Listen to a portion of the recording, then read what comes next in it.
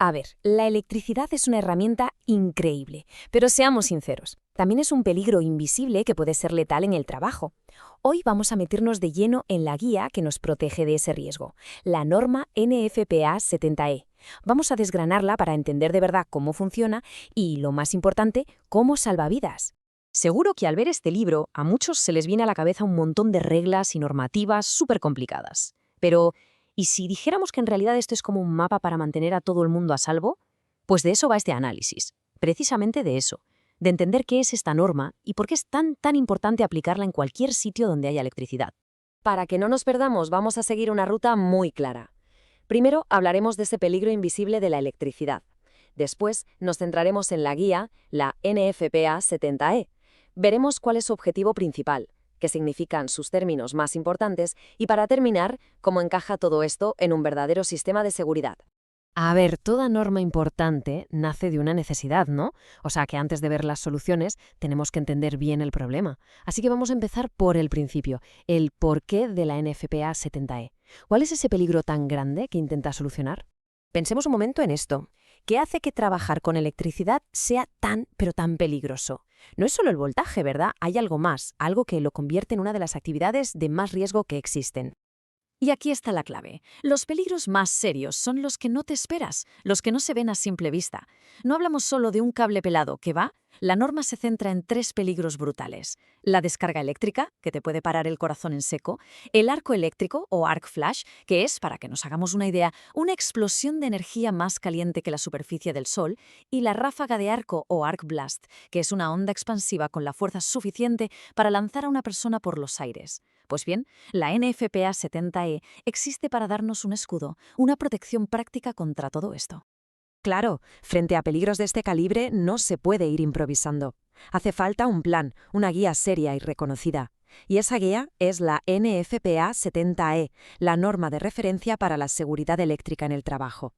Vale, aquí lo interesante de la definición oficial, que viene del artículo 92, es una palabra. Dice que su propósito es proporcionar un área de trabajo práctica y segura.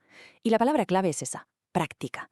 Esto no es un tratado teórico, es una guía para aplicar en el mundo real, pensada para proteger a la gente. Y ojo, que esta norma no ha salido de la nada, tiene toda una historia detrás que le da mucha credibilidad. Todo empezó en el 76, cuando se vio que hacía falta algo así. La primera edición salió en el 79, y desde entonces no ha parado de evolucionar. Por ejemplo, en 2004 se hizo mucho hincapié en las prácticas de trabajo seguras y en usar el equipo de protección. Y luego, en 2015, hubo un cambio de mentalidad total. Se empezó a enfocar todo en identificar los peligros y evaluar los riesgos antes de que pase nada. O sea, es una norma que está viva, que aprende y se va adaptando. Bueno, ya sabemos qué es la norma y por qué existe. Ahora vamos a ir al meollo de la cuestión, a su idea más importante, al principio que lo rige todo. Y aquí está. Este es el corazón de la NFPA 70E, la idea que lo cambia absolutamente todo. El principio más importante de la seguridad eléctrica no es cómo trabajar con la tensión de forma segura, no. Es cómo quitar la tensión por completo antes de tocar nada. El objetivo no es saber cómo sobrevivir al peligro, sino cómo evitarlo desde el principio. Y este principio se convierte en un concepto oficial, que es la condición de trabajo eléctricamente segura. ¿Qué significa esto según el artículo 100? Pues que es un estado en el que el equipo ha sido desconectado, bloqueado y etiquetado para que nadie lo reconecte, se ha comprobado que no hay tensión y, si hace falta, se ha puesto a tierra. Esta debería ser la situación normal, la de partida, antes de empezar cualquier trabajo. Y llegar a esa condición segura no es cuestión de suerte, ¿eh?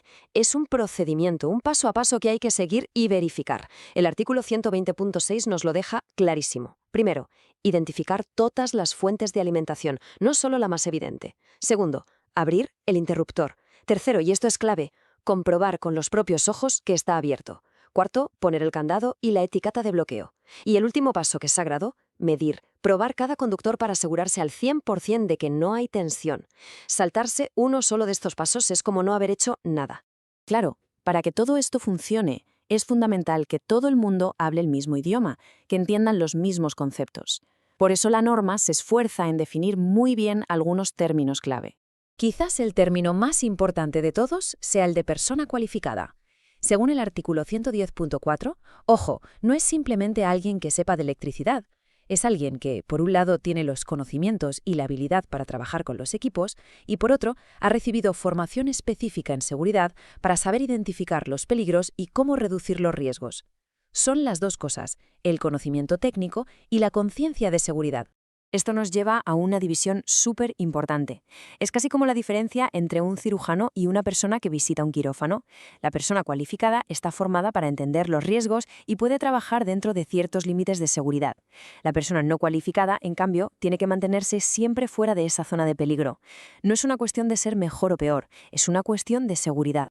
Otro concepto fundamental, el peligro de arco eléctrico. El artículo 100 lo define como una fuente de posible lesión que viene de la liberación de energía de un arco. La definición ya nos dice todo. Es energía, es una explosión, un fenómeno que puede causar quemaduras gravísimas o incluso la muerte. Y para proteger a la gente no cualificada, la norma establece lo que podríamos llamar una frontera de seguridad invisible. Es el límite de aproximación restringida. Básicamente, es una línea imaginaria que se traza alrededor de un equipo con tensión. Cruzar esa línea sin ser una persona cualificada y sin la protección adecuada es meterse en la boca del lobo. Es un perímetro de seguridad que todo el mundo tiene que respetar. Y ya para terminar, es muy importante entender que la NFPA 70E no es una simple lista de cosas que hacer y no hacer, es mucho más que eso. Es un sistema completo para gestionar la seguridad. Así que llegamos al punto que une todo lo que hemos visto hasta ahora. La idea no es aprenderse los artículos para saber qué hacer si hay un accidente. No. La idea es poner en marcha un sistema para que ese accidente no llegue a ocurrir nunca. Es un enfoque proactivo, de anticipación, no de reaccionar cuando ya es tarde.